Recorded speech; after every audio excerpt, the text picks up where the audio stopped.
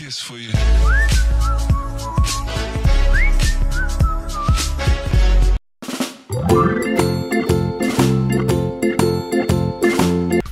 Một số điều cần biết về bệnh Parkinson. Bệnh Parkinson là một bệnh thoái hóa mãn tính tiến triển, thường thấy ở người cao tuổi và tuổi khỏi bệnh trung bình từ 58 đến 60 và xu hướng mắc bệnh tăng lên do tuổi thọ trung bình tăng.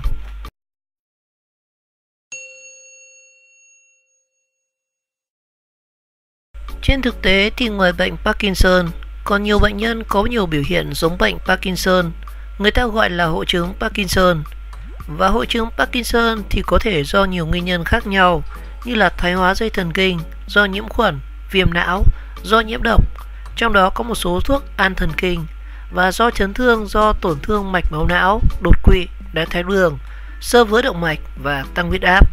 Bệnh Parkinson nguyên phát đến nay thì vẫn được coi là chưa rõ nguyên nhân cụ thể. Những triệu chứng thường gặp của bệnh Parkinson. Ở giai đoạn sớm thì các triệu chứng của bệnh Parkinson hay gặp có thể là mệt mỏi, đau cơ, vụng về khi thực hiện các động tác đơn giản như là đi tất, đi giày, tra chìa khóa, lái xe, rối loạn chữ viết nhỏ dần đều, táo bón, trầm cảm, kéo lêm một chân hoặc là giảm các hoạt động một tay khi vận động, bong vẩy ở da mặt gối. Và cũng có khi triệu chứng sớm là run khi nghỉ, không liên tục và kín đáo. Và khi điển hình bệnh Parkinson biểu hiện bằng 3 triệu chứng cơ bản. Thứ nhất là run thấy rõ ở ngón chi, môi và lưỡi. Run thường khi khu trú một bên cơ thể trong nhiều năm đầu. Run có thể tạm mất khi vận động, nhưng sau đó thì lại tái diễn. Và khi ngủ thì hết run, xúc động thì lại tăng run. Tuy nhiên, có trường hợp hoàn toàn thì không run. Biểu hiện thứ hai đó chính là cứng đơ. Đây là một trong các triệu chứng quan trọng nhất. Chân tay cứng ở tất cả các nhóm cơ, đi lại khó khăn và sờ nắn các cơ thấy cứng và chắc. Biểu hiện thứ ba đó chính là giảm vận động và mất hết các động tác tự nhiên của nét mặt, của chân tay, nhất là khi cử động, và mất đi vẻ biểu cảm lộ tình cảm, nét mặt như là người mang mặt nạ và rất ít chớp mắt. Ngoài ra thì còn có các triệu chứng khác như là thường loạn cảm đau, đứng ngồi không yên, nóng bức, tăng tiết, phù và tím tái ngọn trì, rối loạn cương, hạ huyết áp, tư thế, trầm cảm lo âu từ khoảng 35 đến 40% và một số ít có thể ảo thị, hoang tưởng trong khi trí tuệ còn tốt và có thể sa sút trí tuệ ở giai đoạn nặng. Và trong bệnh Parkinson thì chưa có xét nghiệm đặc hiệu cho bệnh này. Tuy nhiên thì các xét nghiệm giúp cho chẩn đoán nguyên nhân các hội chứng của Parkinson. Các giai đoạn tiến triển của bệnh Parkinson thì gồm có các giai đoạn như sau. Giai đoạn 1 tức là có các dấu hiệu một ở bên cơ thể, bệnh nhân vẫn tự chủ trong các sinh hoạt. Giai đoạn thứ hai thì có các dấu hiệu ở hai bên nhưng không bị mất thăng bằng. Đến giai đoạn thứ ba thì có triệu chứng cả hai bên của cơ thể có thể gây mất thăng bằng, nhưng bệnh nhân vẫn có thể tự chủ được trong hoạt động, tuy nhiên thì có bị hạn chế.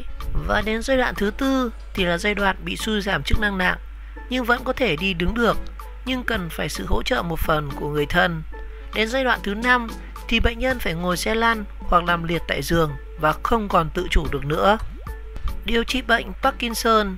Các nhóm thuốc điều trị bệnh Parkinson.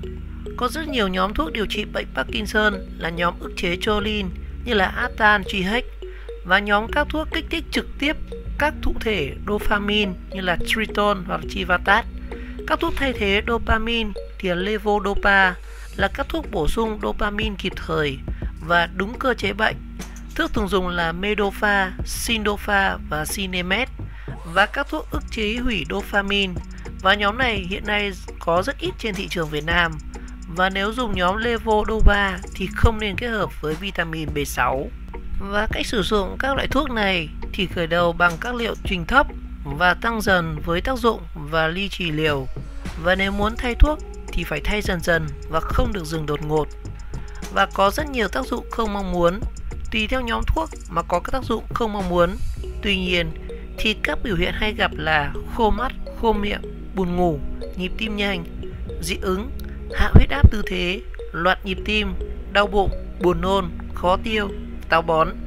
Và liều cao có thể gây lũ lẫn, ảo giác hay là bị kích động. Và ngoài các nhóm trên thì bác sĩ có thể kê thêm các nhóm thuốc bảo vệ và dinh dưỡng cho thần kinh. Nhóm này thì không đặc trưng cho bệnh Parkinson, nhưng cũng có tác dụng theo cơ chế chống gốc tự do và dinh dưỡng thần kinh. Các phương pháp điều trị Parkinson khác. Trong điều trị bệnh Parkinson thì lựa chọn đầu tiên là điều trị bằng thuốc. Các phương pháp khác chỉ sử dụng khi điều trị nội khoa ít có kết quả, gồm các phương pháp như sau, như là phẫu thuật, kích thích não ở sâu, xạ phẫu, điều trị bằng phục hồi chức năng, y học cổ truyền, tác dụng hạn chế, và chưa có các công bố nghiên cứu về các phương án này. Các tai biến và các biến chứng hay gặp của bệnh Parkinson. Bệnh Parkinson là bệnh mãn tính tiến triển nặng dần. Ngoài các tác dụng phụ của các thuốc điều trị ở trên, còn gặp các tai biến và các biến chứng như sau: suy mòn, suy kiệt do chức năng đường ruột kém, bệnh nhân run nhiều và mất năng lượng, thiếu vitamin D, dễ gây nên bệnh loãng xương do tình trạng ít vận động, dễ bị ngã do mất thăng bằng, kết hợp với loãng xương, vì vậy nguy cơ gãy xương là rất cao, nhất là gãy cổ xương đùi, và bội nhiễm phổi hoặc là viêm phổi, nhất là giai đoạn nặng, do bệnh nhân suy mòn kết hợp với co cứng cơ nên mất khả năng kho khạc. Những lời khuyên cho bệnh nhân mắc Parkinson: nên cho bệnh nhân năng đi lại, đi chậm, bước chân dài, tập thở sâu, tắm nắng, vận động ngoài trời, và ăn tăng cường các dinh dưỡng, các thực phẩm dễ tiêu, giàu vitamin, nhất là các vitamin nhóm D. Có các biện pháp hạn chế nhiễm trùng hô hấp như là giữ ấm đường thở, tăng cường sức đề kháng, phòng và tránh ngã để hạn chế nguy cơ gãy xương.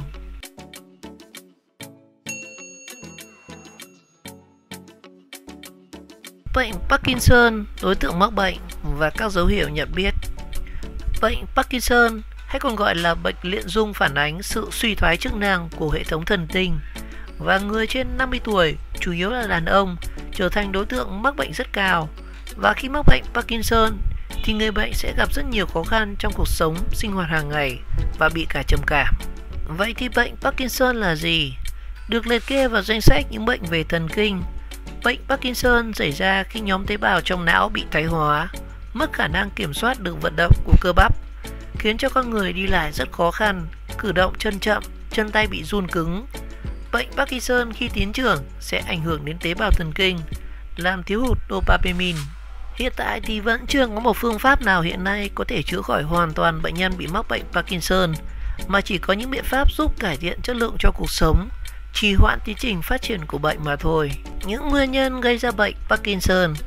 Nguyên nhân là các tế bào não sản sinh chất dẫn truyền thần kinh bị thoái hóa và chết đi.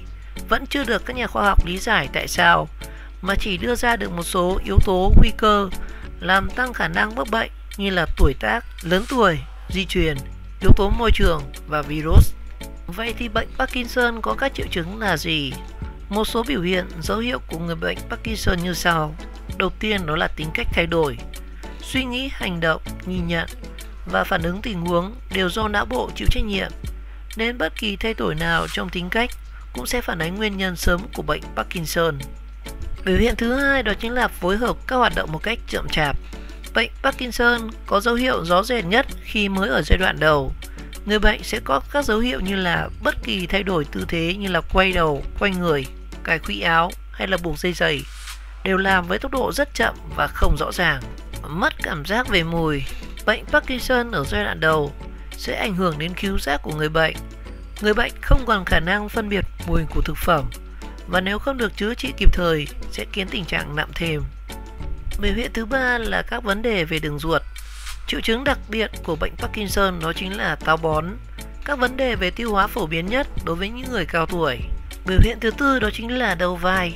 Tình trạng đau vai kéo dài, dù can thiệp của y tế như là dùng thuốc, nhưng tình trạng đau vẫn không thuyên giảm, là một trong những dấu hiệu của bệnh Parkinson. Biểu hiện thứ năm đó chính là mệt mỏi.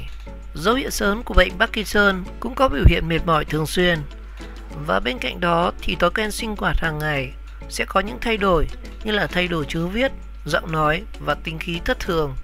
Và người bệnh cũng sẽ gặp phải những biểu hiện như là run nhẹ khi bệnh đã tiến triển, gặp vấn đề khi di chuyển, rối loạn giấc ngủ, liệt cơ mặt, ngất xỉu và mất đi sự cân bằng.